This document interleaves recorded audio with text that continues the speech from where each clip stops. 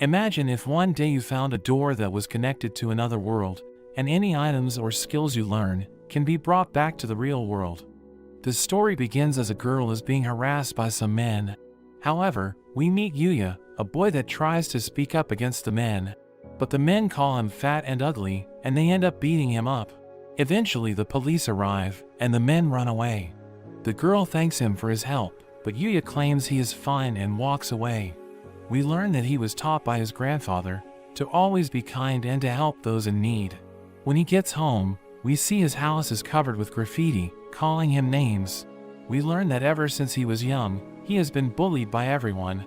Even his parents treated him poorly because his siblings were considered beautiful, but he was ugly. And when he got to middle school, things got worse for him as he would get beaten at school. It was only his grandfather who would look after him, always reminding him that being kind will make him happy. His grandfather eventually died, but he left his house and all his savings to him. His parents tried to contest the will, but in the end Yuya was given everything, but his parents completely abandoned him, so he lives alone and has to work part-time every day. At school, Yuya is graduating from middle school, but in his yearbook, there are only mean comments about him. As he tries to leave, he gets stopped by his bullies. They remind him that even though he is graduating, he is still their errand boy. Yuya says he needs to get to his job, but the bullies beat him up, and we see his brother and sister just watching from a distance. When he finally gets to his job, his boss is fed up with him being late and tells him not to come back. At home, Yuya has a depressing meal, and as he looks at himself in the mirror, he throws a tantrum and smashes the mirror, thinking nothing will change even after his graduation. He punches the wall, and it suddenly opens a hidden room. There are a bunch of strange items in the room, and Yuya thinks they must be his grandfather's souvenirs from traveling. He finds a peculiar door, and when he opens it, it leads to a strange room. He gets scared as a notification appears. As he reads it, he learns that the door is connected to another world. There are a number of notifications that tell him about various functions that are available to him, like the ability to store items, and he can control who can use the door. Although he is confused by the functions, he thinks the system is like a game, so he decides to check his status. But when he sees it, he is devastated to find all his stats are so low. He looks around the room, and when he looks outside, he finds that it really is another world. He finds a note on the table, although he can't read it at first. He has a language skill which helps him to understand it. He learns that the owner of the house was a great sage, but he is about to die, so he left it so that whoever finds it will become its new owner, including all of its contents. The house is protected by magic, so no one is able to break in beside the owner. He finds a bunch of weapons inside, but as he examines them, he finds them to be exceptional items and extremely dangerous. He has a look outside and tries swinging his sword around. He falls over, but he manages to learn a basic sword skill. Thinking it could be useful, Yuya trains with each of the weapons, finding that they are all god-tier items, and he gains a number of skills. Despite this, his stats still remain at level 1, and he wonders how to increase it. He puts the weapons away into his storage, but there is suddenly a monster that attacks. Yuya is terrified, but soon realizes that his house is protected. The monster is a level 300 bloody ogre, and it smashes against the magical wall. It grabs a tree, trying to use it to break in, but it doesn't work. Yuya thinks he should try fighting back, so he throws his spear, which goes right through the monster, and instantly kills it in one hit. The spear returns to him, and the monster disappears, dropping a number of items. Yuya suddenly reaches level 100, and he is shocked to see his stats. After allocating all his points, Yuya decides to call it for the day, and when he tries to leave, he gets a cash-out option, which converts the items from the monster into money. Yuya is confused seeing this, but gladly accepts it. Later that night, Yuya goes through a change in his body, as it completely transforms. And when he wakes up, he finds his body is different, and his clothes no longer fit. He's not sure what is going on, and his mirror is still broken, so he decides to look for some clothes. There are magical clothes in the sage's house, which freely adjust in size, and provide a range of magical bonuses. Yuya wonders about the identity of the sage, and he looks around his garden. He is suddenly attacked by a level 200 slime monster, but this time, Yuya calmly brings out his spear and easily destroys the monster. It drops some coffee slime and even a rare necklace, which has the ability to restore his magic power. He levels up again, gaining a presence detection skill, and he is already at level 150. He tries some of the coffee slime, and it's actually quite good. He decides to use some of the money he has made to buy a new uniform, ordering it to be ready for the start of high school. After that, he spent every day in the other world, and he starts to enjoy himself, even forgetting his depression. He would train and learn as much as possible about the other world. An elite goblin attacks his house, but Yuya has become completely different, skillfully fighting against it, and even using a skill to destroy the goblin. Time flies and the start of high school arrives, and everyone is immediately drawn by him. Even his siblings seem to be in awe. In class, he is approached by his bullies, but they don't recognize him, thinking he is a transfer student. When he tells them he is Yuya, everyone is shocked, and they don't believe him. When he goes to the bathroom, he is completely shocked to see himself for the first time since his transformation. After class, he is approached by his brother and sister, wondering what he did to change so drastically, calling him a loser, but there is suddenly a limo that stops, and the girl he saved is looking for him. He wonders who she is, and she reminds him how he saved her, and Yuya wonders how she knows his name. She admits she looked into him because she wanted to thank him, and she introduces herself as Kaori. She wonders if he would like to join the Osei Academy, and Yuya recognizes it as an academy for the super elite. We learn that Kaori is on the student council, and her father is the chairman of the academy. Yuya is flattered by the offer, but thinks he isn't smart enough to join such an academy. His brother interrupts, asking to join the academy, and saying that they are superior to Yuya in both academics and sports. But Kaori refuses, because they are insulting Yuya when he is her hero, and she reveals that she has already looked into them and knows all about their nefarious behavior against Yuya. She goes on to tell Yuya that their academy emphasizes personality rather than just academics, so it would be no problem for him to enroll. Her attendant suggests showing him the academy, so she pulls him away, and they head off, while his siblings can't believe what happened. They arrive at the academy, and it's a famous school filled with students that excel. He meets with the chairman Tsukasa, who thanks him for saving his daughter. Yuya says it wasn't a big deal, but Kaori says he was the only one that helped her. Tsukasa invites him to join the school, even offering to pay his tuition as thanks for helping his daughter. But Yuya is hesitant, thinking he won't fit in, because only geniuses are normally accepted. Tsukasa says that geniuses are just normal people that have found the right way to work hard and use less time, but Yuya thinks they are gifted with talent. Tsukasa tells him that everyone has their own talents, and through challenges and having fun, he will eventually learn what his talents are, saying that he is still young. He suggests Yuya to try out the school for a day. A teacher named Sawada enters, and Tsukasa introduces her as a renowned scientist, but her classes are popular and easy to understand. Yuya prepares for his first class, and worries he isn't over his head, but he thinks that things couldn't be worse than at his normal school. He gets called in, and he introduces himself, but all the students appear stunned. He worries about what they think of him, but they are all actually stunned by how handsome he looks. He takes a seat at the back, and he shares a book with the girl next to him, but she is a bit cold toward him, and he worries that she already hates him. Kaori wonders if Yuya will fit in his class, and as the class goes on, he actually finds the class pretty normal, except the students are much more active and engaged. During their break, a bunch of students try to get to know him, asking questions like if he is an idol and if he has a girlfriend. A student named Rio stops them from harassing him, and he takes Yuya to the cafeteria to get some lunch. Yuya is amazed seeing the menu, and it's all free, so Yuya thinks it's like a dream. They sit with another student named Shingo.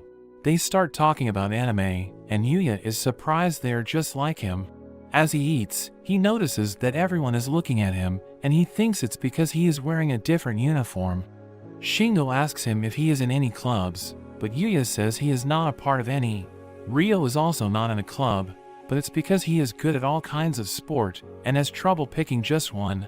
Shingo reveals he is part of the gaming club, and Yuya is surprised there are allowed consoles at school, but Shingo says it's fine as long as they don't play during class, and as they talk about video games, Yuya becomes more comfortable with them. At the end of the day, he meets with Tsukasa and admits that he had a good time, and Yuya decides he wants to join the school. As he leaves the room, he runs into Kaori, who wonders if he is joining the school. He tells her his decision, and she is glad he decided to stay. She invites him to join her after school, and they check out some shops in a popular area. Yuya wonders if this is where she hangs out with her friends, but she reveals that she doesn't hang out too often because people seem to be hesitant about her family and her father. But she says that he is different. Yuya gets nervous, so he suggests checking out the crepe shop. Looking at the prices, he is glad he has been cashing out from the other world. As they try the crepes, they both have a good time, and Yuya wants to try the other flavors, but he suddenly thinks that if he eats too much, he might return to his original shape. He asks Kaori how she recognized him when he looked so different, but she says that although he is a bit slimmer, she recognized him because his eyes still look the same. She offers him a bite of her crepe since he wanted to try other flavors, so he takes a bite, but is a bit embarrassed. She suddenly realizes how he is feeling, but he also offers her a bite. She nervously accepts it, taking a bite, and some girls watch on, thinking they are super cute together. Later that night, Yuya decides to head back to the other world, putting on a full set of armor. He heads inside, confronting the monsters that appear. Even though he is still scared, he cuts them down, and sees he has leveled up to 235, but realizes that the speed he is leveling at has become much slower. So he thinks about leaving his house to find stronger monsters to fight. Thinking of his time at the academy, Yuya wants to find a new challenge. But as he heads out his gate, he suddenly hears a scream. He pulls out his spear and rushes toward the scream. He finds a number of soldiers that were brutally killed. He notices a monster, and it's a level 200 goblin general. Yuya can tell it is dangerous, but he sees a girl behind it. He throws his spear at it, but the goblin deflects it. However, in that moment, Yuya comes crashing down with his foot, and the goblin is defeated. He turns toward the girl, but she calls out to him because there is another goblin behind him. He gets blown away, and he can tell that it is both stronger and faster than him. But Yuya doesn't give up, thinking he has other strengths. He uses his spear to vault over the goblin, and he switches to his bow, launching a barrage of arrows. He then switches again to his sword, and splits the goblin in half. He checks up on the girl, wondering about the other humans in this world, but she ends up fainting, and he hears some men approaching, so he uses an invisibility skill to avoid them. There are knights that come looking for the girl, and we learn she is a princess named Lexia. Back at his house, Yuya thinks about the encounter, wondering if the girl was okay. But since there were knights that appeared to help her, he thinks she should be okay. Looking at his shirt, he thinks that he should try buying some new clothes, since he has made some money from the other world. We see a mall, and as Yuya walks around, people stare at him, thinking he must be some kind of actor or model. His shirt is enchanted to stay clean, but he thinks he should buy some other clothes, so he doesn't always look the same. Meanwhile, we see a director yelling at another man. The man is the manager for a model named Sho, but Sho hasn't turned up for their shoot. The manager gets a call from Sho and learns he is on his way. But the director gets mad because Sho isn't respecting the time of everyone there who are all ready for the shoot. Especially Miyu, their other model who has been waiting all morning. The theme of the photo shoot is focused around being a couple, so it's impossible to shoot it without him. The director thinks about what they should do, and since everyone is waiting around to start, he decides to look for a replacement within the mall. As Yuya shops around, he is overwhelmed by the number of choices. He is approached by some girls, and he worries it's a sales tactic. They ask to know more about him, and even offer to help him shop. He doesn't want them to feel bad, so he turns them down as politely as possible. The girls are left stunned, and they start freaking out over him, but Yuya wonders if he dealt with them in the right way. The director struggles to find a replacement, but tells his assistant they can't give up. They pass by Yuya, and the director instantly thinks he is the one. Yuya gets approached, and the director explains their situation to him. Yuya is nervous to do it, but he thinks about all the people who are counting on him, and he ends up agreeing to be their model. He acts as the boyfriend for their shoot, taking photos in a range of different outfits and positions. The director tells him to look sexier, but Yuya struggles with the direction. But Miyu tells him he is doing well for his first time, and Yuya is captured by her looks. She thanks him for saving them, but Yuya notices her getting closer to him. The director notes that Yuya is looking kind of stiff. They move to their next location, and Yuya is impressed at Miyu for being such a pro, even though they are around the same age, so he is determined to give it his best. But Miyu grabs onto him for the next shot, and he panics as she pushes up against him. The director tells her to get even closer, so she puts her arms around him and pushes up even closer, which makes Yuya even more embarrassed, and a crowd starts to watch them. Meanwhile, in the other world, we see Princess Lexia as she thinks about how she was saved. She decides to head out, and her knight wonders where she is going. She says she is heading back to the dark forest to find the person who saved her, but her knight says it's impossible for someone to be living out in that forest. But Lexia insists she was saved by someone and must thank the person who saved her. Her knight warns her of the dangers of going back, but she tells them they are all going to join her this time, and they wonder who she inherited such reckless behavior from. Back at the mall, the shoot is over, and Yuya is exhausted. Miyu thanks him once again, and Yuya suddenly chokes on his drink. Miyu offers him her handkerchief, but Yuya worries because he is sweaty, but he can't use his sleeve either, because the clothes aren't his. Yuya thinks about his experience modeling, and thinks Miyu is amazing at it, but Miyu says she has just gotten used to it, mentioning how she used to make lots of mistakes when she was still new. He thinks about how it's his first time wearing such fashionable clothes, because he never had the chance in his past. He wonders why she started modeling, and she says she just wanted to be noticed, because her parents were always too busy to spend time with her, and then after she started getting some fans, she continued because she had people cheering her along, and she liked that she could bring happiness to the people that saw her. She tells him he can also do it, saying he should take it at his own pace, and reminds him to just enjoy all the moments along the way. As they chat, the director takes a bunch of candid pictures of them, but at that moment, shows suddenly arise, and the crowd is excited to see him. He approaches Miyu, saying they can get on with their shoot. He pushes her up against the wall, wanting to ask her out for drinks, but Yuya can see she is uncomfortable. He interrupts them, and Sho wonders who he is. Sho tries to punch him, but Yuya throws him away. Everyone is shocked, and Yuya thinks about how slow the punch felt. He worries about causing a scene, thinking he will be in trouble for beating up such a good-looking guy, but the crowd cheers for him, thinking he is so cool. Sho wonders how he lost, even though he does boxing. The director tells him to leave, because they caught everything in 4K. Sho runs off, and Miyu thanks him for his help, revealing that Sho has been following her around, and she didn't know what to do about it. But the director says that Sho's behavior has always been bad, and with this, he is unlikely to work again. He wonders if Yuya is interested in doing more modeling. Yuya thanks him for giving him the opportunity to work with so many professionals, but he thinks he isn't good enough to do the job properly, so he ultimately turns them down. The director respects his decision, and they end up giving him all the clothes from the shoot as thanks for his help, because they weren't able to pay him since he is just an amateur. Yuya thinks having the experience was enough, but the director says it's only natural to be compensated for work, especially since he was the one who saved them, so Yuya accepts it. Miyu hopes to work with him again in the future, and they wish him good luck. In their car afterwards, the director thinks it's a shame that Yuya didn't want to continue, knowing he would have been a star. Looking back at the photos, Miyu thinks about how different Yuya was, and the director can see her turning red, so he teases her about having a thing for him. Yuya organizes his wardrobe, packing all of his new clothes, and we see that his photo has gotten around.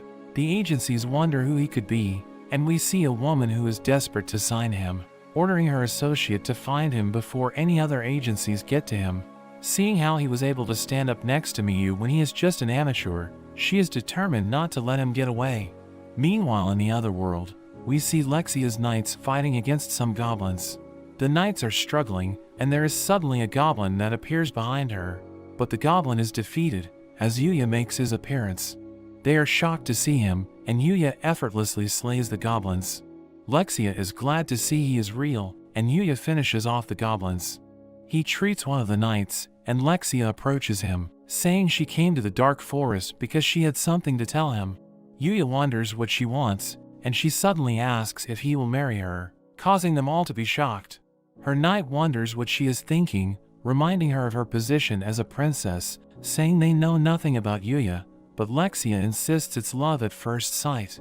The two start arguing, but Yuya interrupts, saying it's dangerous in the forest, so he invites them back to his house, which is a surprise for them, to learn he actually lives in the forest.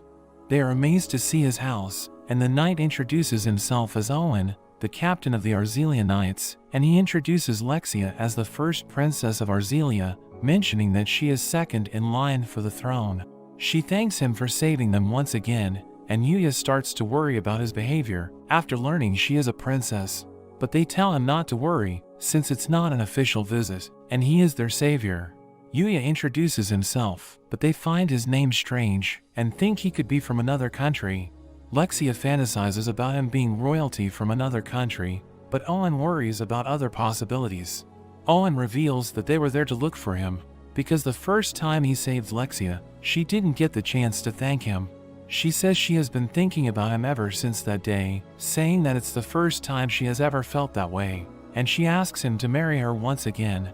Yuya is overwhelmed, and thinks the proposal is just too sudden, making the princess think that love can't be so simple. Thinking about every romance novel she has read, love needs to come with obstacles, and it would be boring if things went so smoothly. So she asks to start out as his friend. Yuya gets nervous, thinking about his past experiences, but agrees to be her friend. Owen mentions there is one other reason they are there, and that is the king would like him to visit the royal palace, so that he can also offer his gratitude in person. Yuya is hesitant, but Owen says it's a royal command, and he can't leave until Yuya agrees. So Yuya has no choice but to accept the invitation. Owen mentions that it will take about 5 days including travel, but Yuya thinks it would interrupt starting at his new school, so he asks to delay the meeting, but Owen says that they are happy to wait for him whenever he decides to go.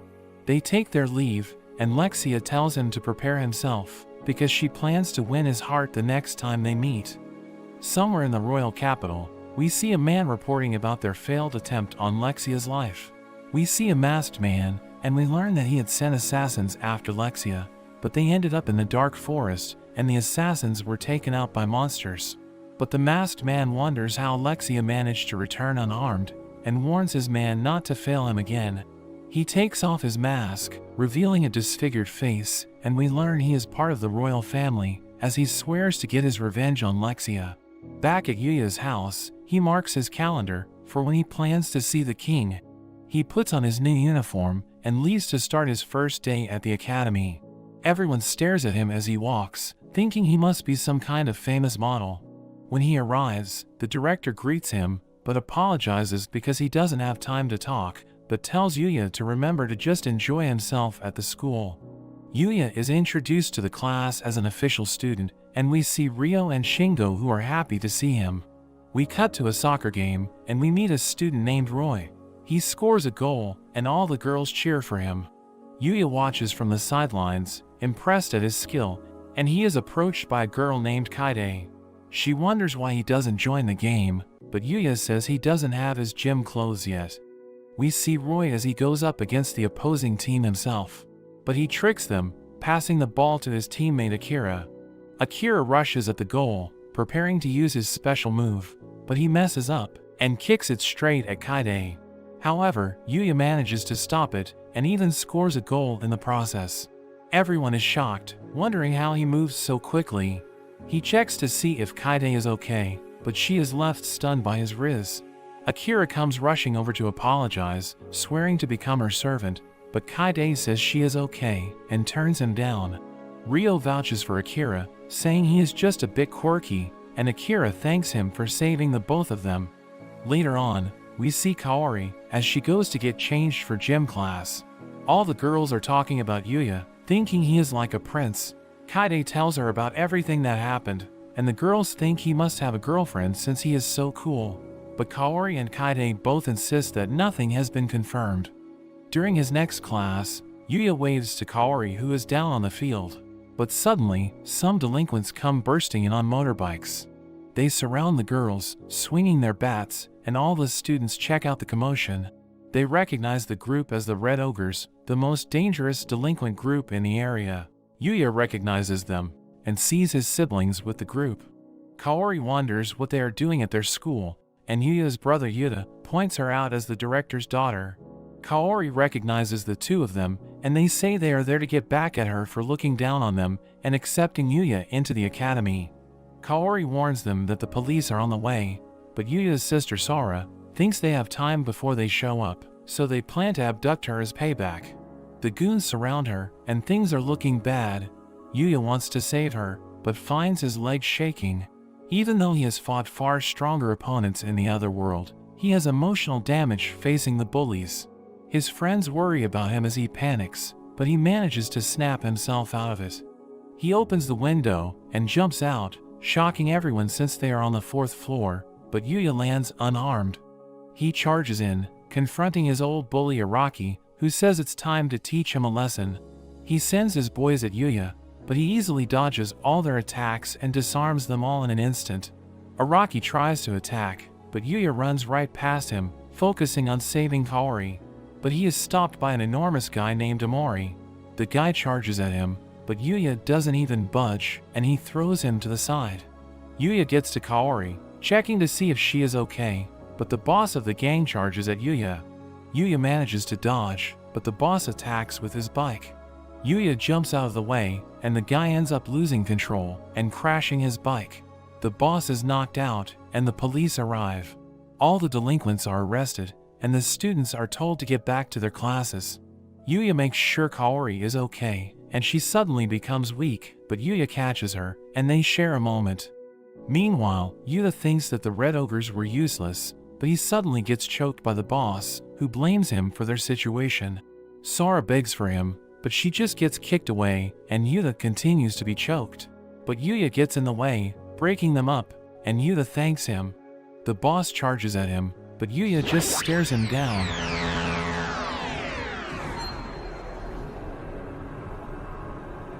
The students wonder what happened, but everything settles down, and Yuya wonders why he saved him. But Yuya says that even though they have been terrible to him, they are still his family, so he couldn't just abandon them. His brother is moved to tears, and they beg for his forgiveness, apologizing for everything they have ever done.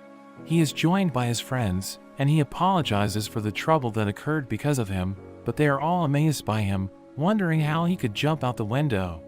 Yuya goes to do some exploring in the other world, but remembers a warning from Owen, telling him that the Dark Forest is considered the most dangerous region in the lands, with monsters so strong that they would easily be able to destroy a city, so Yuya wonders about the sage who used to own the house.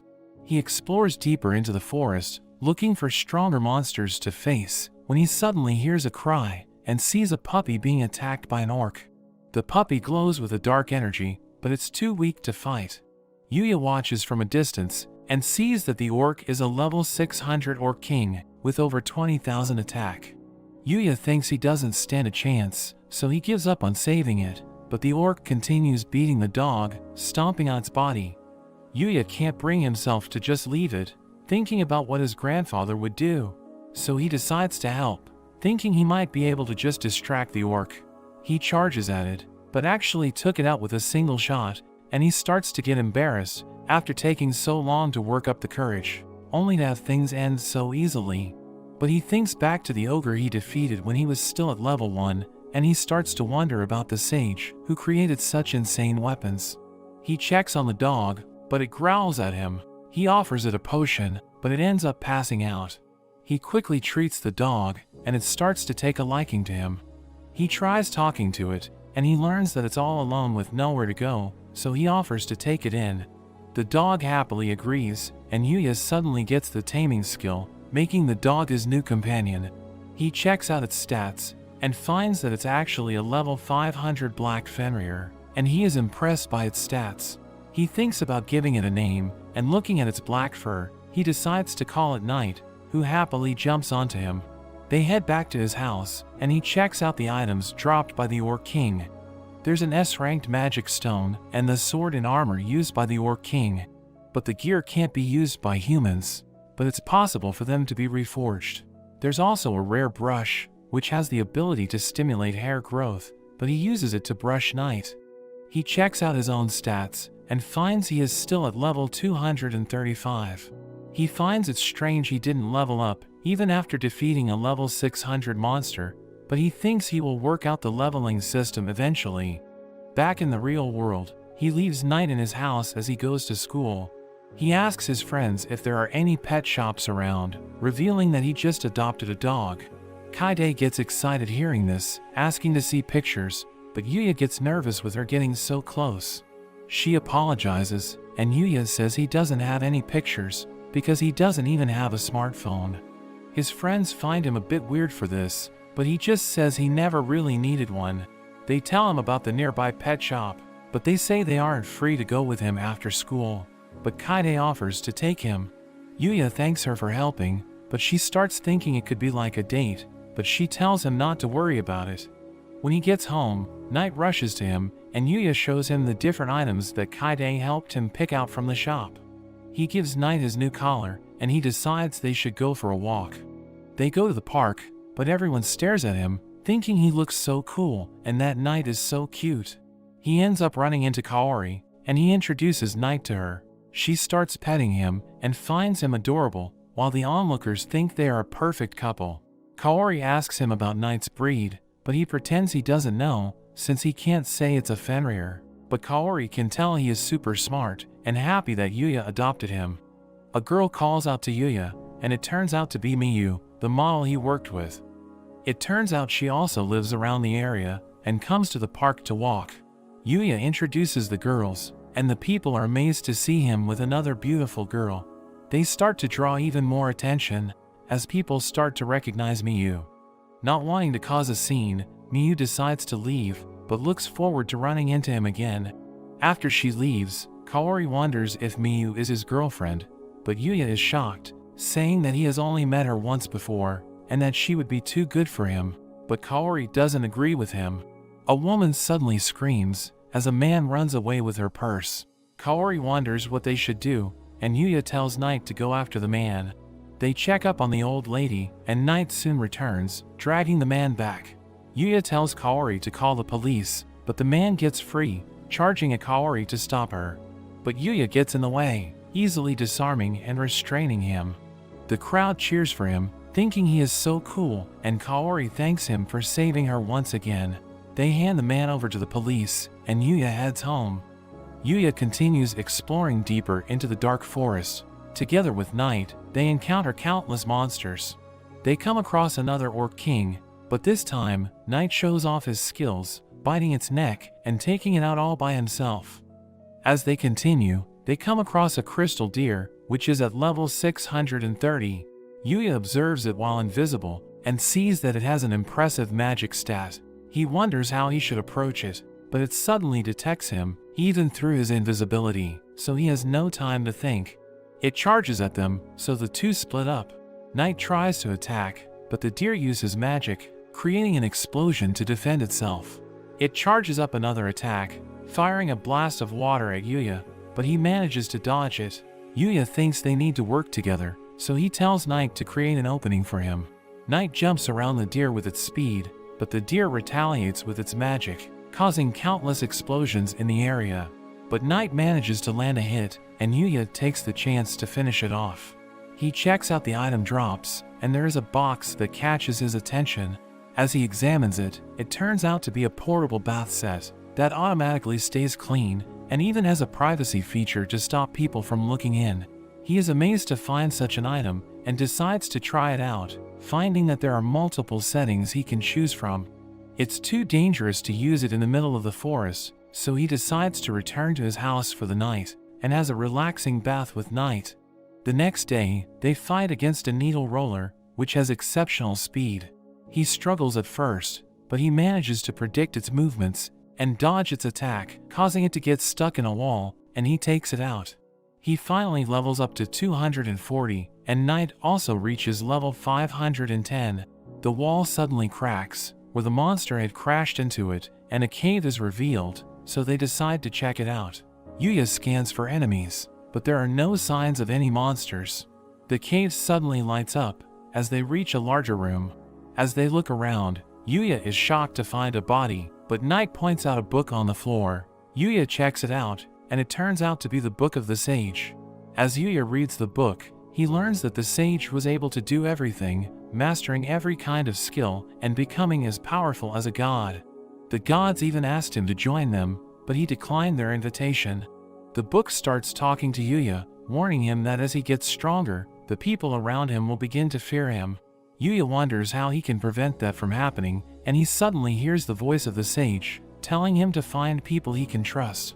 The sage asks him if there is anything he would like to know, and Yuya asks to learn magic. So the sage fills the book with all of his knowledge about magic. But he notes that Yuya can't use magic, because he doesn't have the magical circuits in his body, since he is from another world. However, the sage decides to pass on his own magical circuits to Yuya, telling Yuya to find happiness and to live a good life. Yuya returns to his house and starts learning how to use magic from the book. He starts off by sensing the magical energy around him, and he learns the magic energy manipulation skill. He learns that all he needs to do is to gather magical energy in his hand and just imagine the magic he wants to use. So he goes outside to try it out, imagining a ball of water, and it seems Knight is also learning. He tries shooting the ball at a tree, and it turns out to be ridiculously strong, blowing straight through the tree. Meanwhile, at the royal capital, Owen gives his report to the king. He tells the king about Yuya, but when he mentions how the princess proposed to him, the king loses it, thinking Yuya seduced his daughter. Back at the school, Yuya daydreams, thinking about the sage's book, warning him about using magic, because the techniques he is learning are not commonly known, even in the other world. The teacher reminds them that they will be going camping the following week, and sorts them into groups of 4. Yuya is put in a group with Kaide, along with Akira, and a girl named Rin. Kaide is excited for the trip, but Yuya mentions he doesn't really have any camping equipment, so Kaide suggests that they go shopping. They head to the mall, where Shingo is surprised to see Kaori joining them. Ryo also can't believe Yuya is friends with Kaori, because most people find her unapproachable, since she is the director's daughter, but she tells them just to think of her as any other student. Yuya wonders where Akira is, and Shingo mentions how he couldn't make it. They head inside, and they help Yuya pick out a backpack. They decide to hang out, and they end up at an arcade. Shingo gets excited seeing his favorite character in a crane game, but says he is terrible at the game. Yuya decides to give it a go. Using his detect weakness skill, he finds the weak spot and manages to win the figure in a single try. Kaide asks him to win her a cat, so he uses his skill again, and easily wins it for her. He ends up winning prizes for all his friends, and Kaori says it was her first time at an arcade, thanking him for his gift.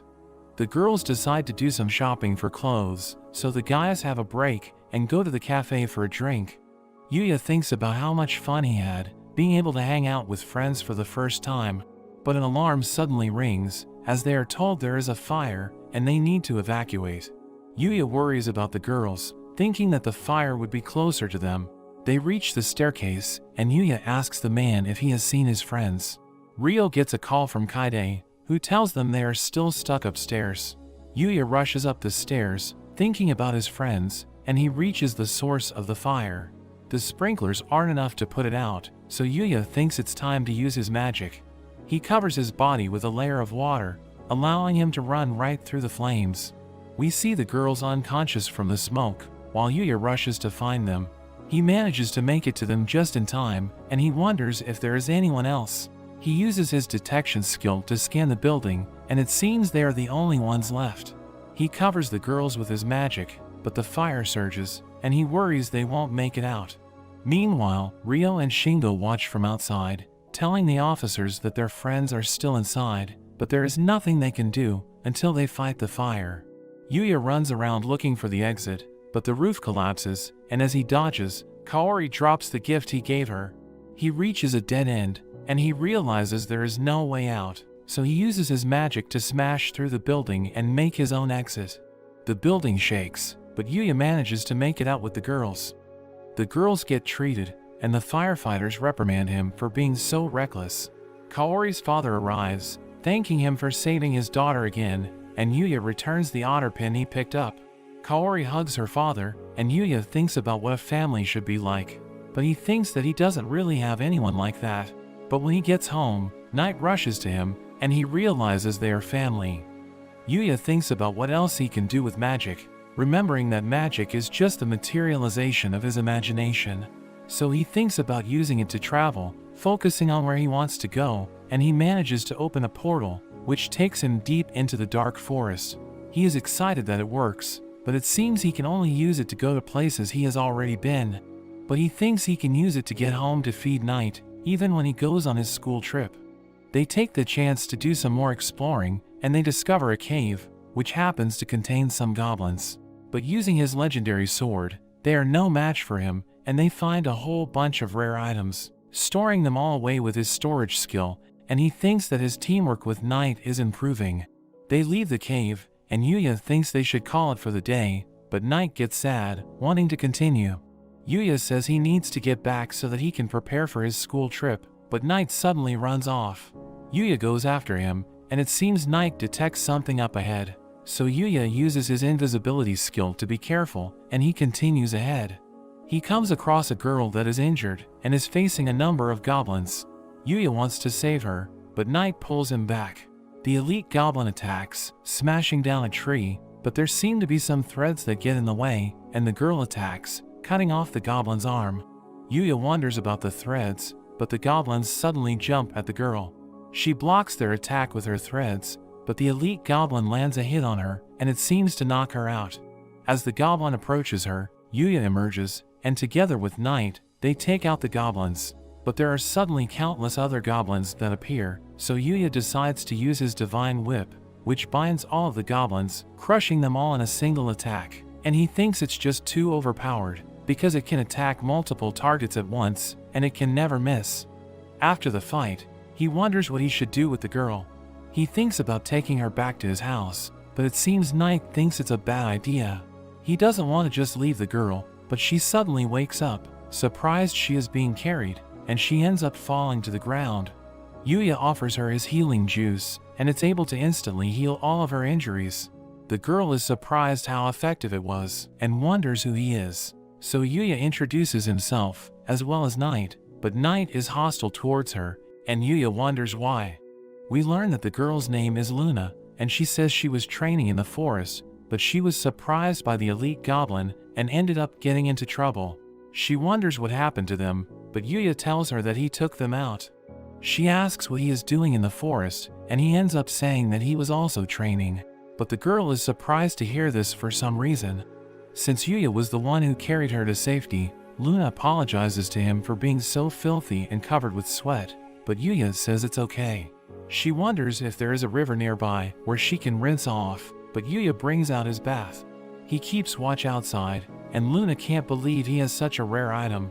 Yuya mentions how he got it from a crystal deer, and Luna is impressed he could defeat such a monster. Yuya thinks it's normal for the dark forest, but Luna reveals she is actually there on a client's request, although Yuya doesn't hear this. Luna asks him to accompany her with her training. Since they are both training in the forest, she wants to train with him. Yuya feels bad about leaving her to train alone, so he ends up agreeing to join her. After that, we see them training together, as Yuya helps her practice, but she also teaches him as well. They both manage to get stronger, and we see Luna as she takes out a goblin with her threads. Yuya compliments her for beating an elite, but she says she still has a long way to go, saying she needs to get even stronger so she can complete her mission. Yuya tells her he has to go, trying to explain that he has a school trip, but it doesn't really make sense to her, so he just apologizes, but she thanks him for all his help. After the last day of training, Yuya relaxes with a bath, but Luna suddenly joins him, wanting to share it with him. Yuya gets embarrassed, but Luna grabs onto him, telling him how much the time with him has meant to her, and saying that she will treasure it. She thanks him once again, offering to wash his back, but her towel suddenly drops, and Yuya becomes embarrassed. His class heads off on their school trip, and we see Yuya playing cards with his friends. Kaide thinks he looks tired, and Yuya admits he didn't get much sleep the previous night. Yuya wins the game, and they can't believe he just won 5 times in a row. But Yuya thinks the game should just be luck. Yuya decides to take a nap, and he thinks that he kept winning because he put a lot of points into his luck stat, thinking that the incident with Luna could have also been because of his luck. Yuya is woken up as they arrive at their destination. The students get changed, and their teacher explains that they have to go camping for 2 days and must find a way to survive off the land, telling them that there are fish in the river and plants that they could eat. Kaide worries that the plants could be poisonous, but Sawada tells them the school doctor is on standby, although the students find her creepy because they always hear screams coming from her office. Akira thinks they could just go without food for a day, but Sawada says it's all a part of the lesson, mentioning that it's a competition between the classes. Yuya wonders if there is a reward for the winners, but Sawada reveals it affects her bonus, so she tells them to do their best, but the students are not impressed. The students are left in the forest, and Yuya wonders what they should do first. Akira thinks it will be easy to survive, but the other 3 just ignore him, thinking he is a fool. Rin suggests that Yuya and Kaide try fishing, while she and Akira look for some edible plants. We see that all the students are by the river, and Kaide thinks they were too slow. They see Ryo by the water, and he warns them that all the good spots are already gone. Kaide wonders if they should try something else, but Yuya uses his detection skill and manages to find another spot. There are lots of fish in the area, but Kaide thinks the water is too shallow, so their fishing pole won't be effective. But Yuya has another plan, and he gets into the water. He thinks that compared to the monsters in the dark forest, the fish are not as fast.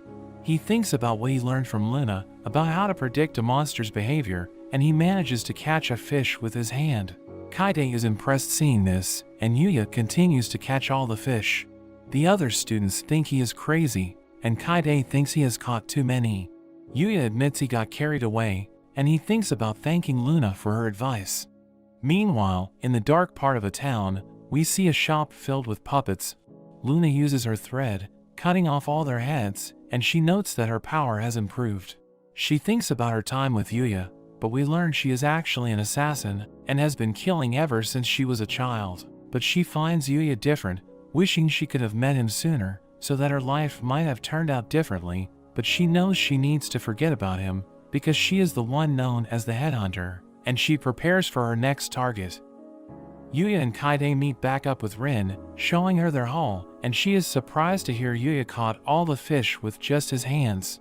Yuya wonders what happened to Akira, who is down on the ground, and he complains that Rin used him to test mushrooms to see if they were poisonous, and used him as a decoy to lure away bears.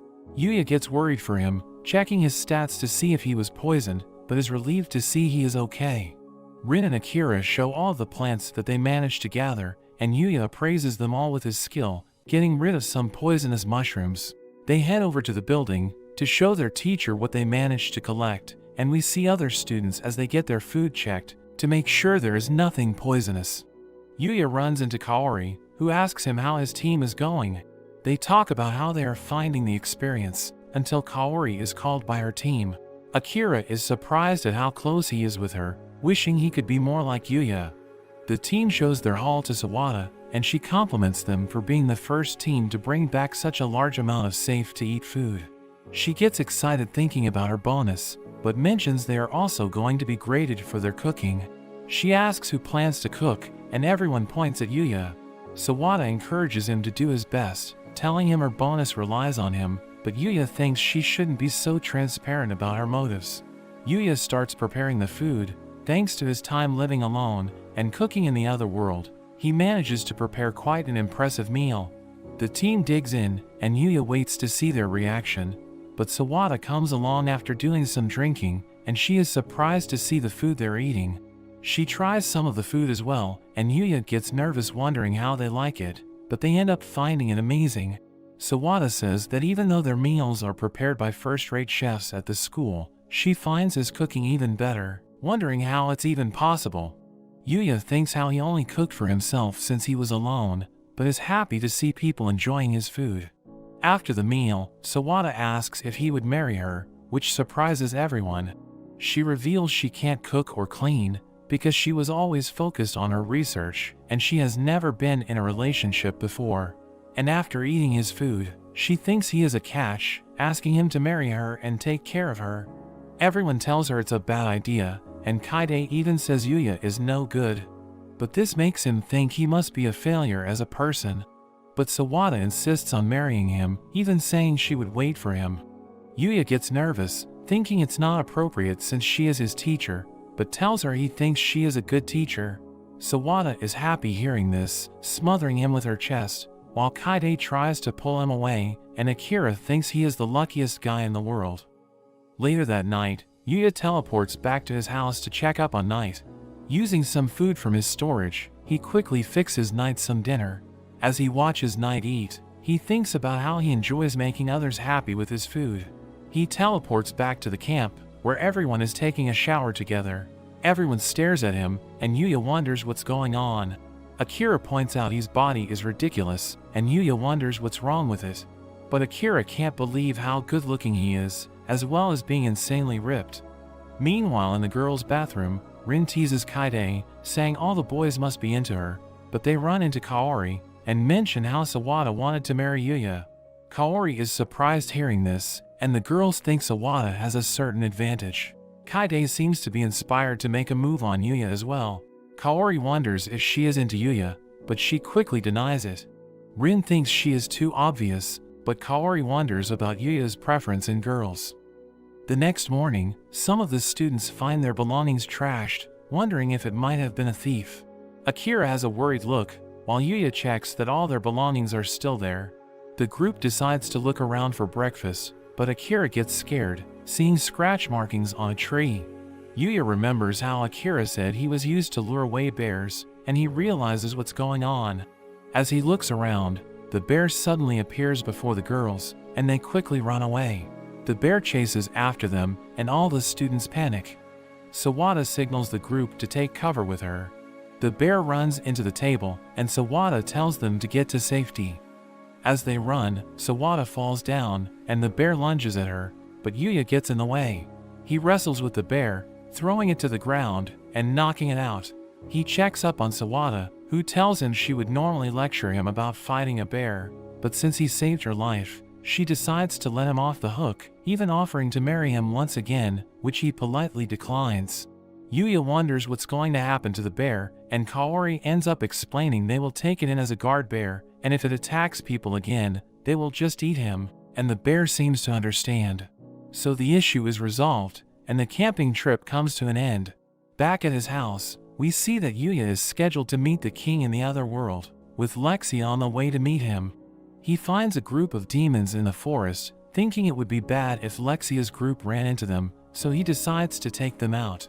Knight slashes at one of them, and Yuya throws his spear, but the demon catches it. So he swaps to a hammer, which completely squishes the demon, while clearing the area around him, causing him to be impressed by the sage's weapons once again. The demon drops an interesting-looking helmet, and Yuya tries it on, but we see a strange-looking rabbit that watches him, thinking he is the one, but Lexia's party approaches. Owen is worried seeing him, and Yuya realizes it's because of his helmet, so he quickly takes it off, and they are glad to see him once again.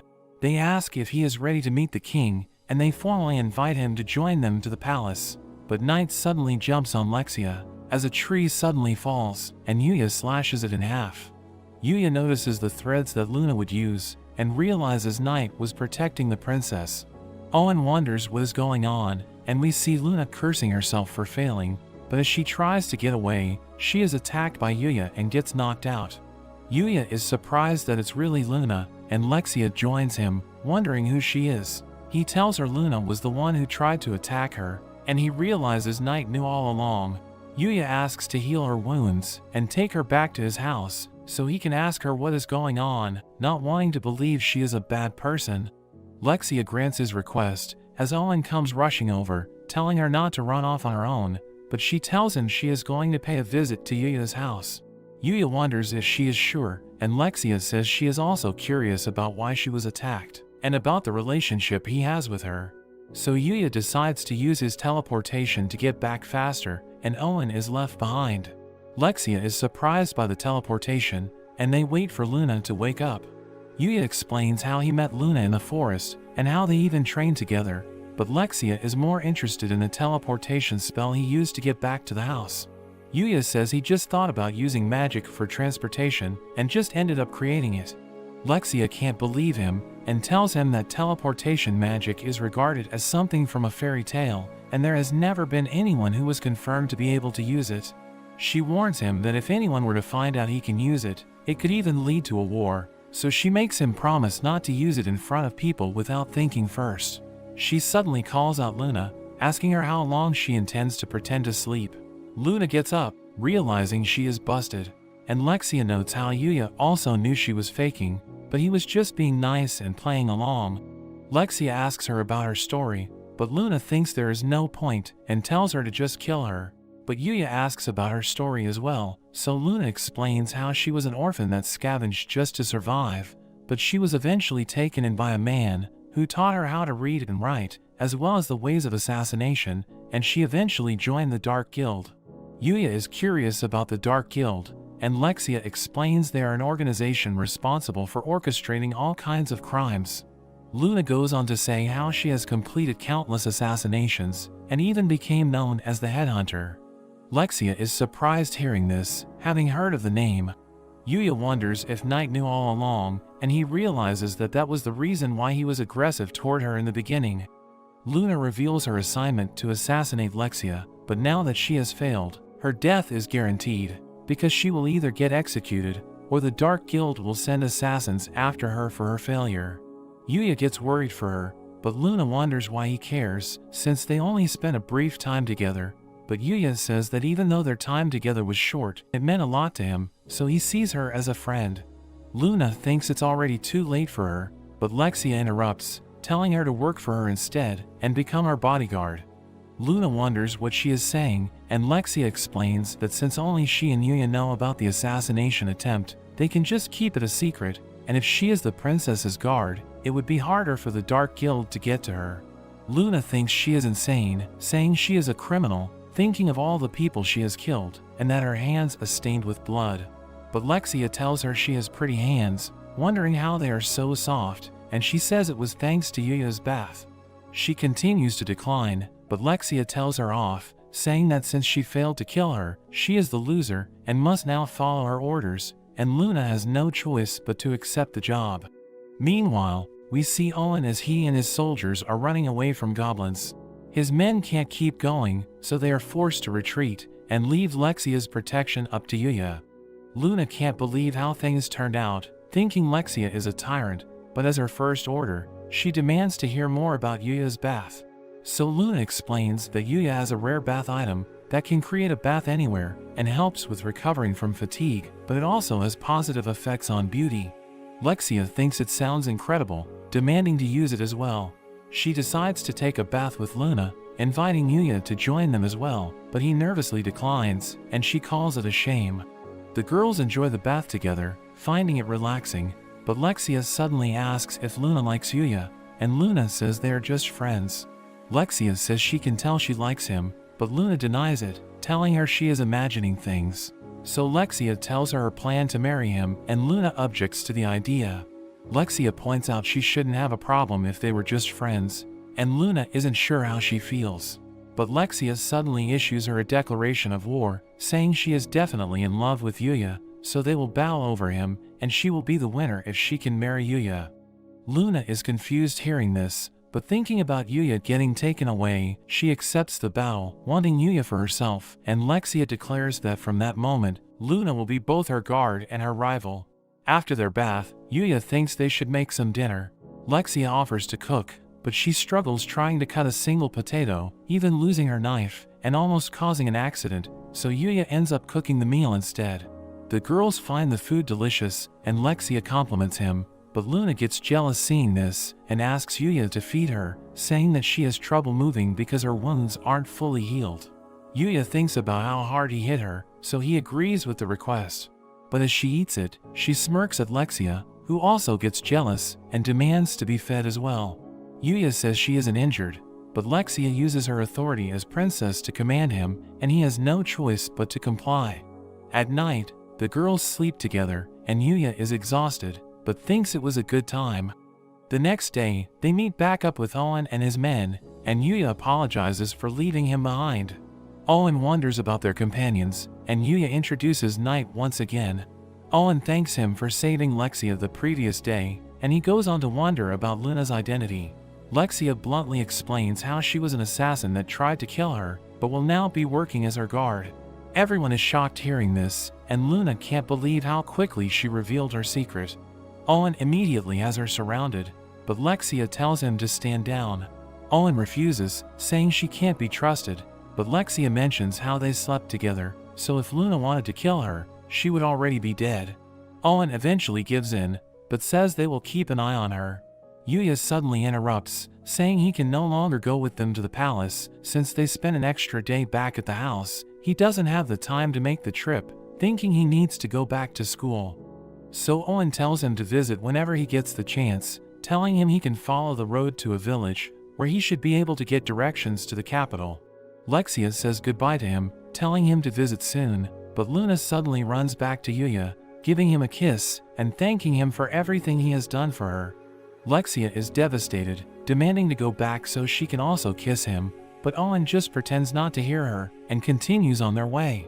Yuya thinks about the kiss, wondering if she likes him, but he ends up taking a bath to relax. He suddenly realizes there is a strange creature that snuck in, and he gets a notification saying he has just tamed it. The creature is confused by this, but finds it acceptable, and Yuya thinks about checking its stats, but he finds his appraisal skill has leveled up, allowing him to see the skills that it knows. He sees that it has a skill called Holy Ground, and asks to see what it can do. The creature creates a field of light around them, and it seems to give Yuya a buff. Yuya is impressed, and decides to give it a name. Looking at its appearance, he decides to call it Akatsuki. Knight reminds him about the time, and Yuya quickly rushes back to school.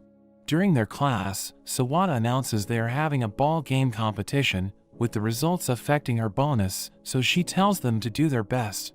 The first event is soccer, and their class is divided up into 2 teams. Yuya plays as goalkeeper, since he doesn't really know the rules. When the game begins, Ryo is a beast, taking on the opposing team by himself, and managing to score. Kaide is impressed, but Rin tells her they have a second secret weapon, telling her to jump. As she jumps up and down, all the guys are distracted, and Akira manages to steal the ball from Ryo. Akira has a morale boost, and Rin realizes her plan backfired. Akira gets past everyone, shooting his shot, but Yuya stops it in an instant, and everyone is shocked at his movement. He wonders what he should do with the ball, and Ryo tells him to just throw it as hard as he can. So Yuya gives it a go, and ends up throwing it straight into the other goal, wondering if he's scored a point. After school, Yuya gets approached by a modeling agency, inviting him to join the industry, but he quickly declines.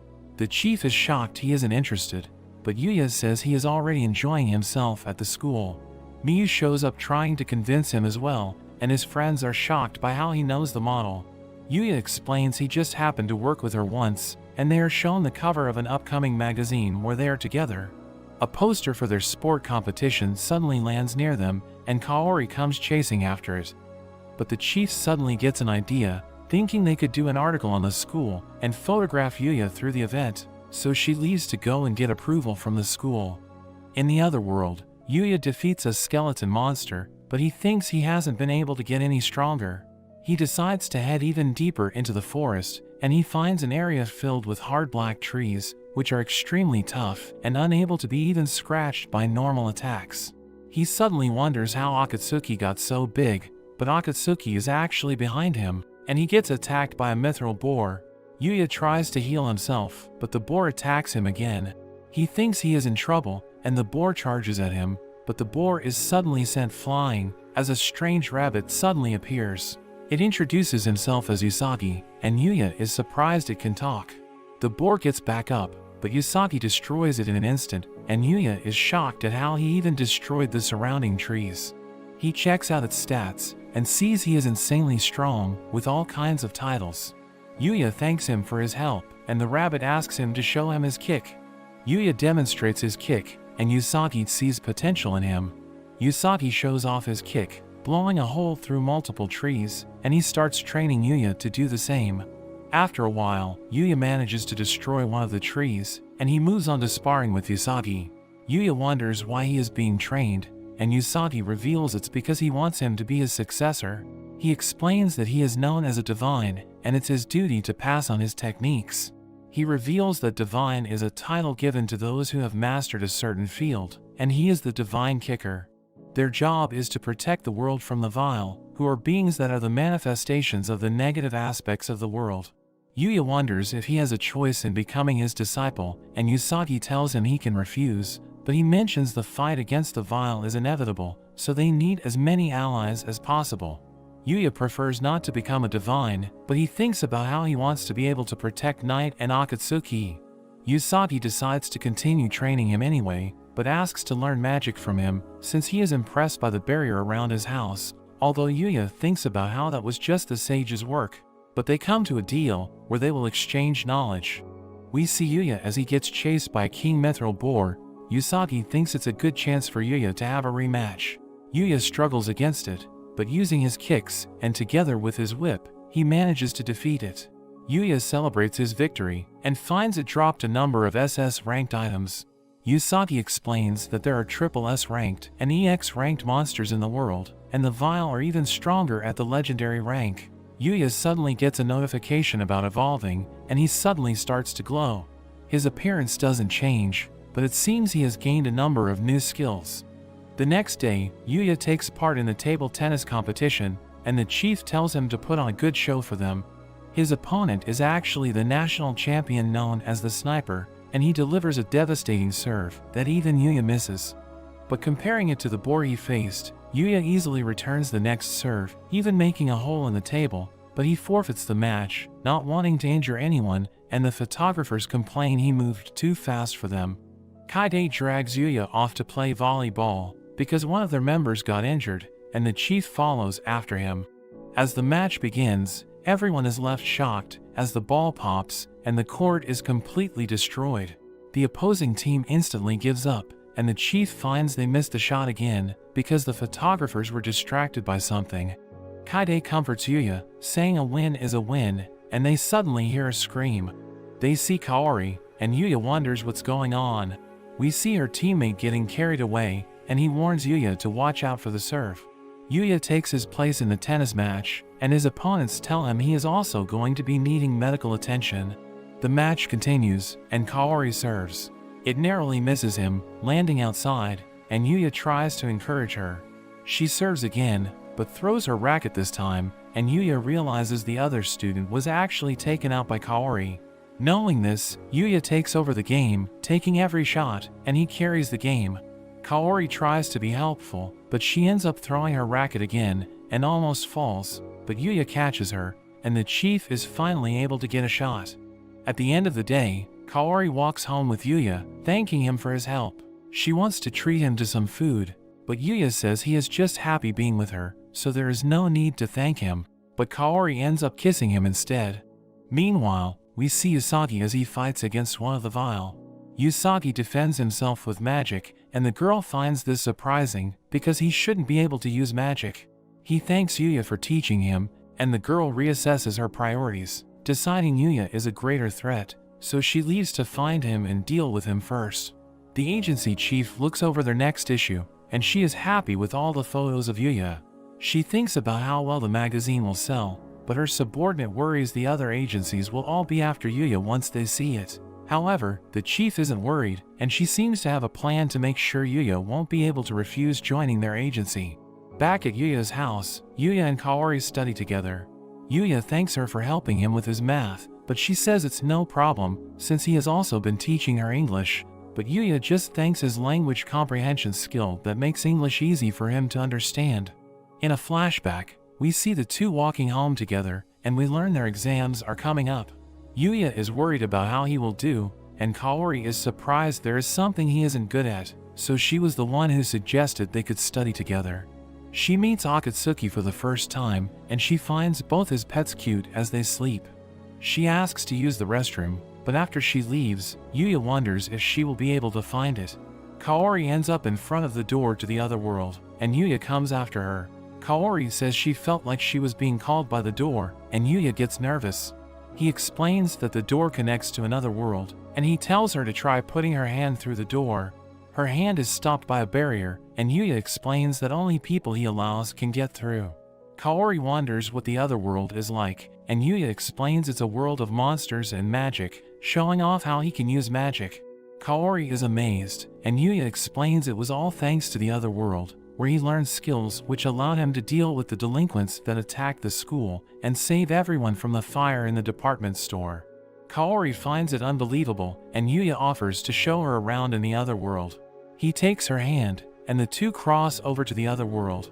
Kaori is surprised to see there really is another world, and Yuya tells her that both Night and Akatsuki come from this world. He explains Night is a Fenrir, which is like a wolf, and Akatsuki is kind of like a pig, but Akatsuki gets offended hearing this. Kaori's status window suddenly appears, and Yuya explains that ability in this world is represented by stats. He is surprised to see her starting stats are much higher than when he started, remembering how he only had 1 point in every stat. He explains how he leveled up in this world, and how his appearance completely changed because of it, so he feels as though he cheated, and he wouldn't have been accepted by everyone otherwise. But Kaori changes the topic, asking to see more of the world. Yuya mentions that it's dangerous outside the barrier of his house, but agrees to show her more some other time. She makes him pinky promise, and Yuya asks her to keep his secret, making her feel as though they share a special bond, and she starts to feel closer to him. Meanwhile in the capital, Lexia returns to the palace, and the king wonders why Yuya is not with them. Owen explains their plans had to be changed, and the king wonders if it had something to do with Luna. Luna immediately admits she tried to assassinate Lexia, and the king grabs his sword, preparing to execute her. He lunges at her, but ends up stopping, and he acknowledges her skill, because she realized his sword has the ability to cut through anything that tries to stop it, so she stopped his arms instead. Lexia gets angry at her father, telling him it was her decision to take her as a guard, and says she will hate him if he hurt her. The king is devastated hearing this, and he ends up recognizing Luna as one of Lexia's guards. After that, the king asks Owen more about Luna, and he explains how she was known as the headhunter for the Dark Guild. The king wonders how things relate to Yuya, and Owen explains that Yuya was the one who caught Luna, and how he took Luna and Lexia back to his house. But hearing how Lexia stayed over in a man's house, he starts going on a rampage, thinking of how he wants to cut Yuya down. Owen tells him nothing happened, but the king says he can't be sure since he wasn't there. Meanwhile, we see the masked man that once tried to kill Lexia. We learn he is actually the first Prince Rhaegar, and his subordinate tells him about how a supporting noble hired Luna to assassinate Lexia, but it ended in failure because of Yuya, and she even turned into Lexia's guard. His subordinate also mentions how Yuya was invited to the palace, and this gives Rhaegar an idea. He gives the man his secret weapon, a magic sealing barrier, which can disable all magic within its area. It will make all the magic users that guard the king powerless, and then the only people they would need to deal with would be Owen and Luna. His man worries they will be exposed if the plan fails, but Rhaegar thinks they would be able to pin it on Yuya when he visits. Yuya gets an extra day off after the academy's competition, so he prepares to visit the capital. He does some farming, taking out a sheep monster, which drops a number of items, including a rare bedding item, that magically provides the best sleeping experience. Yuya heads to the nearby town, and he is surprised to see there are cat girls in this world. He heads to the guild, looking to trade, because he doesn't have any money in this world. The master finds his name strange, and doesn't recognize where he is from. Yuya explains he is just from a small island, and the master thinks he must be a noble based on his appearance. Yuya swears he's just a regular guy, but the master finds it hard to believe. The master wonders what he wants to sell, and becomes amazed when he sees Yuya's item box skill. Yuya takes out a bunch of peppers, and the master is instantly amazed by the glass. He examines the peppers, and finds it to be the highest quality he has ever seen, but Yuya thinks it was just average pepper from the local shop. The master offers to buy it all for 100 gold coins, and Yuya wonders if that is a lot, admitting he doesn't know the value of the currency in the kingdom. The master explains that an average family could live comfortably on 5 gold coins for a year, so 100 gold would be enough for a whole family to live for 20 years. The master also gives him a guild card that can be used for identification, and Yuya asks about how to get to the capital. The master tells him about the stagecoach that goes straight to the capital, and when he gets there, Yuya is amazed by just how many people there are. Akatsuki points over to the palace, and Yuya starts to get worried, thinking he will be out of place. He heads to the palace, and he is received by Owen. Owen tells him they are going straight to see the king, and Yuya panics, thinking he is not ready, but Owen tells him not to worry, because it's only an informal audience. We see Lexia and Luna waiting inside the chamber, and Yuya pays his respects to the king. The king instantly brings up how Lexia proposed to him, and he starts to lose it, thinking Yuya seduced his daughter, but Owen manages to calm him down. The king is not impressed, because Yuya didn't come with any gifts for Lexia, so Yuya quickly pulls out the bedding set he got from the sheep. Lexia is flattered seeing it, but it seems to make the king mad, who thinks he is trying to seduce his daughter right in front of him. Owen tries to stop the king, saying Yuya isn't aware of their customs, and Yuya wonders what's going on. Lexia explains that giving bedding as a gift means you want to marry that person and share a bed with them. Yuya realizes he messed up, and the king prepares to cut him down, but they are suddenly attacked by assassins. The king orders his guards to fire, but one of the men activates the magic ceiling barrier, stopping the arrows. The assassins attack, but Yuya beats them up, and together with Knight, he easily takes them all out. Lexia hugs onto him and praises him, but Luna gets jealous and tries to pull her away, while the king glares at Yuya. Owen discovers a particular emblem on one of the assassins, and they realize the first Prince Rhaegar was the one who was behind the attack. News of the attack is spread among the guards, and it seems the king has since isolated himself in his room.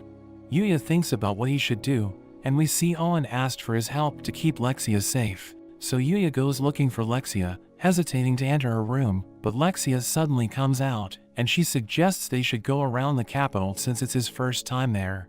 Luna reminds her of her situation, but Lexia reasons if her brother were to send any more assassins, he would be giving up his own location. Luna agrees with her assessment, but she knows Lexia is really just trying to get outside. Luna tells her she should stay in the castle, while she can be the one to show Yuya around, but Lexia refuses, not wanting to let them be alone together. Owen suggests he could be the one to show Yuya around, while they can both stay in the castle, but the two girls both reject his idea. In the end, both the girls end up going, while Owen watches from a distance. Lexia wants to show Yuya the jewelers, but Luna has other suggestions, and the two girls fight over him. They cause a commotion, and the people around start looking at them, thinking Yuya must be some kind of noble, having two beauties with him. They look around the city, and it seems Yuya is interested in the Adventurers Guild. He mentions how he registered with the Merchants Guild while on his way to the capital.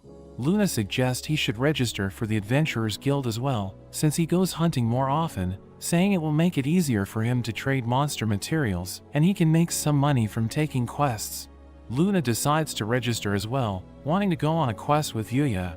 Lexia doesn't like the idea, but Luna suggests she could register as well. Lexia complains about them being together, but Luna tells her not to worry, because Yuya will probably be too busy to take quests with her. They meet the clerk Emilia, who hands them their application forms. Yuya starts filling it out, but there is a question about what magic he can use. He thinks about how the sage told him that common knowledge about magic isn't as advanced, so he decides he shouldn't mention he can use all types of magic, as well as teleportation magic, so he just puts down wind, fire, and water. The next question is about magic power, and Emilia explains they use a crystal ball to measure a person's magical energy. Yuya wonders why they don't just look at their status window, but Emilia explains most adventurers keep their stats a secret, so this is to make sure no one is lying. Luna measures her energy, making the ball glow yellow, but she comments she has never been good with magic. Yuya measures his energy next, but everyone is shocked when the ball is shattered. Emilia thinks it could be a mistake, so she decides to test him again, but the result is still the same. Yuya apologizes, wondering if he needs to pay, but Emilia tells him it's okay. Emilia looks over their applications, but she becomes shocked when she reads he can use 3 different types of magic. Yuya wonders if there is a problem, and Emilia explains that being able to use 3 types of magic already puts him in the realms of the people from their fairy tales. Lexia thinks he is amazing, and Yuya is just glad he didn't put down all the other magic he can use. Emilia puts their applications into a machine, and it produces their guild cards. Emilia explains that as new adventurers, they start out as F-ranked. Yuya wonders if there is a requirement for completing quests, but Emilia tells them they are free to go at their own pace, but she warns them that for item gathering quests, they have to be careful not to overharvest the plants so they are able to grow back. The group checks out the quest board, wondering what they should start with, but Yuya suddenly gets approached by a woman named Glenda. She says she wants to team up with him after seeing him destroy the measuring crystal, but the girls try to pull her away, saying she's had too much to drink. The woman leaves, but she hopes to see Yuya again. Lexia rethinks joining the guild, thinking she needs to protect Yuya from other women. But Luna tells her to think about Owen, who already struggles to control her. They head out into the field, and their first quest is to gather some herbs. Yuya is surprised his discernment skill even gives him harvesting instructions. Luna finds it tough, trying not to damage its roots, and Lexia is just glad to get away from everything. She proposes a competition with Luna to see who can gather the more valuable herbs, and the winner gets to go on a date with Yuya for a whole day. But Owen reminds them not to overharvest the area. They all leave to start looking, and Yuya is left alone. He manages to find a mana healing plant, and Akatsuki tries to help him, but he just finds one that's extremely poisonous. The girls return with their herbs, and Yuya starts examining what they harvested, but Owen suddenly comes rushing over, saying they have discovered the location of the first prince, and he asks Yuya for his assistance. Lexia and Luna are left to head back to the castle, while Yuya and Owen head on their way. They arrive at an abandoned house, and things seem quiet. Owen suggests the prince might already be captured by earlier soldiers, but as they enter the house to check it out, a knife instantly hits one of the soldiers. They find the prince threatening the life of one of the guards, but Yuya sends Knight, who is able to save the man. Owen has him surrounded, telling him to give up, but the prince refuses as he slashes at them. He suddenly threatens to end his own life, thinking he is worthless, and Owen doesn't know what to do, but Yuya instantly approaches to stop him. The prince tries to attack him, but he ends up getting knocked to the ground. Owen thanks Yuya for his help, and they prepare to take the prince away, but there is suddenly an explosion as the house is blown open. The prince is relieved to see the girl from the vial. However, she analyzes the situation and determines he has failed, so he is no longer needed. The prince is shocked hearing this, thinking she wanted to help him become king, but the girl reveals her real plan was to use him to start wars and kill as many people as possible. The prince realizes he was tricked, and the girl prepares to finish him off. Owen tries to save him, but he suddenly gets stopped by an arrow. Yuya wonders where the arrow came from, but the girl starts bombarding them with more arrows. Owen wonders what she is after, and the girl reveals she is trying to wipe out all of humanity. The knights struggle against the arrows, and it seems the girl also has the ability to predict their movements. The girl prepares to finish them off, but Yuya uses his magic to blow all of the arrows away. Owen thanks him for saving them, and the girl realizes that he is the Yuya that she is after. She wants to fight him, but she notes she has already used up too much of her power, so she decides to retreat for the time being. The prince is taken in, but Yuya is left wondering about the identity of the girl. Rhaegar is brought before the king, and the guards take off his mask and clothes, revealing his body which is covered in scars. Lexia finds it hard to look at him, and we learn she is actually responsible for his injuries, because she once lost control of her magic, and he ended up getting caught in it. He eventually went mad after being showered with Lexia's magical energy, and he developed an urge for destruction, and the only way to suppress the urge was to cause even more damage to his body. He blames the king for not helping him, and even isolating him from the public, because he was no longer fit to be the first prince. He was treated as if he didn't even exist, and Yuya seems to be able to relate. Rhaegar just wants his suffering to end, and he begs to be killed. Yuya suddenly interrupts, saying he might be able to help, and he takes out his healing juice. Rhaegar tries to resist at first, but his scars end up being completely healed. Everyone is shocked, and Rhaegar quickly looks in the mirror. He can't believe he is healed, and Yuya explains his juice is made from the cure-all herb.